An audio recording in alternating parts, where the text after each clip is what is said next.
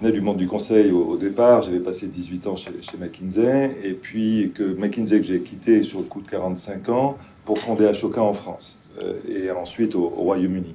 Donc j'ai travaillé pendant 6 ans avec ces entrepreneurs sociaux, et j'ai été à la fois, au bout de ces 6 ans, absolument épaté et transformé par leur capacité d'innovation.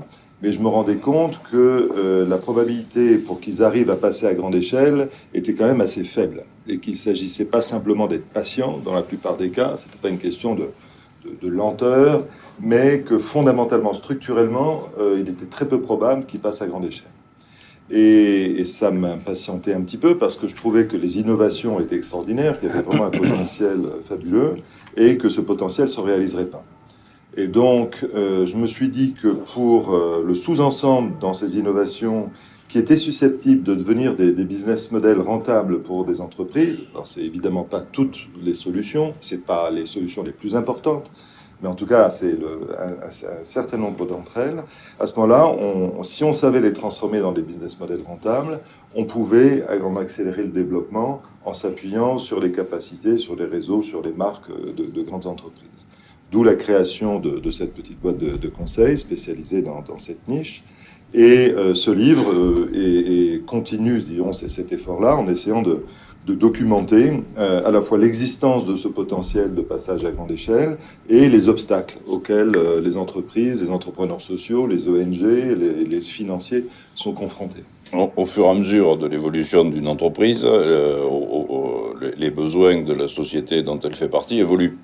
Et donc, nous sommes amenés à chercher de nouvelles réponses à des sujets qui n'étaient pas majeurs. Une maison doit pouvoir se réorganiser en permanence. Soit vous êtes organisé une fois pour toutes et vous espérez que le monde va rentrer dans votre organisation, ce qui est un pari, mais à mon avis un peu risqué. Soit vous considérez que on ne laisse pas passer un super projet parce qu'il ne rentre pas dans l'organigramme.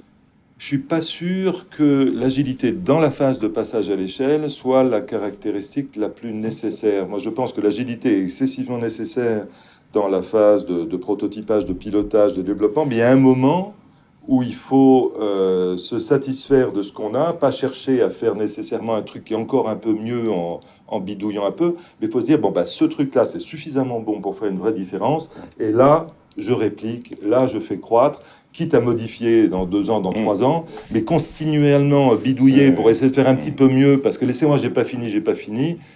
Ça, c'est un peu le travers de certains innovateurs c'est l'idiot à le dire, mais c'est un peu le mieux et l'ennemi du bien. Le conseil que je leur donnerais, c'est de réfléchir à leur stratégie de sortie. C'est-à-dire de se poser véritablement la question de savoir par rapport aux problèmes auxquels vous attaquez, au niveau du pilote, au niveau de ce que vous ferez les premières années, vous arriverez à trouver des solutions, à trouver des montages, à faire des choses. Mais ensuite, ceci devrait être une phase qui va vous permettre d'identifier quels sont les actifs dont vous avez besoin pour accélérer le passage à grande échelle. Est-ce que vous auriez besoin d'une marque? Est-ce que vous auriez besoin de réseaux de distribution? Est-ce que vous auriez besoin d'accès à des compétences, à des technologies? Quelle serait finalement l'institution, et je dis institution au sens large, entreprise, organisation, autres grandes organisations, associations, quelle serait l'institution qui serait mieux placée que vous pour faire passer cette idée à grande échelle? Vous serez les parents biologiques de cette innovation, mais rien ne dit que vous êtes les mieux placés pour en assurer le développement. Peut-être que oui, peut-être que oui, et vous ferez votre truc tout seul, ça ira très bien, mais peut-être que non.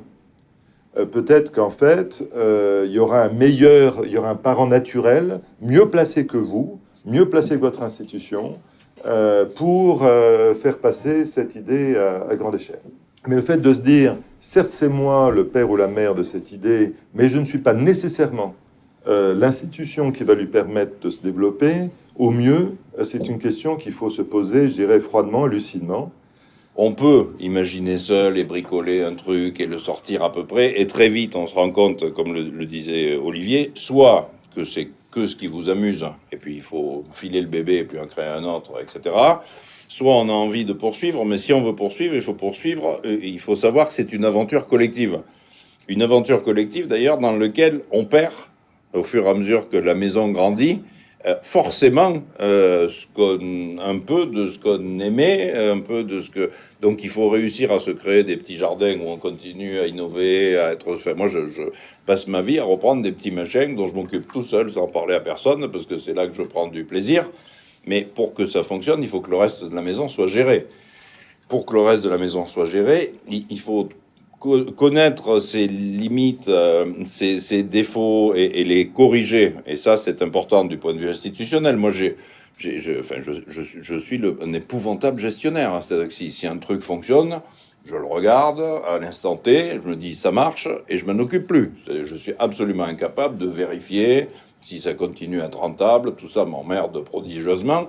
Si vous ne mettez pas quelqu'un qui, lui, va vérifier tous les matins si on est bien dans les prévisions, le truc va s'écrouler. Donc connaître ce qu'on ne fait pas bien et recruter ou s'adjoindre des compétences qu'on n'a pas du tout, c'est quand même le seul moyen de construire une entreprise. Il n'y a pas d'homme ou de femme providentielle ou d'homme idéal. Le sujet, c'est vraiment construire un groupe, c'est d'abord construire un groupe de personnes qui va porter l'entreprise, savoir déléguer réellement. C'est pour ça qu'on continue à dire que SOS est plus un banc de poissons qu'une baleine.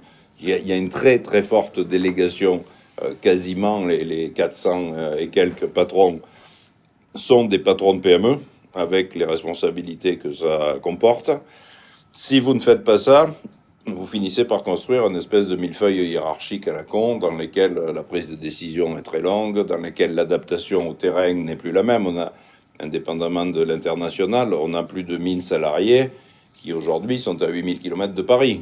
Donc en Guyane, dans l'arc antillais, dans l'océan Indien avec Mayotte et la Réunion. Évidemment qu'ils doivent disposer, mais comme ceux qui sont dans l'Essonne ou dans le Val-de-Marne, d'une réelle autonomie pour adapter leur boutique aux besoins locaux, prendre les décisions qui s'imposent. Et ça remet en cause aussi une espèce de management pyramidal qui ne permet pas de construire un grand machin. C'est la pyramide qui fait que les décisions sont prises au sommet.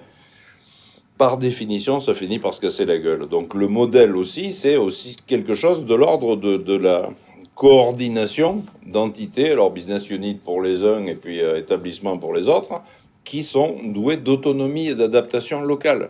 Si les gens sur le terrain ne sont pas en situation de patron, ça ne fonctionne pas.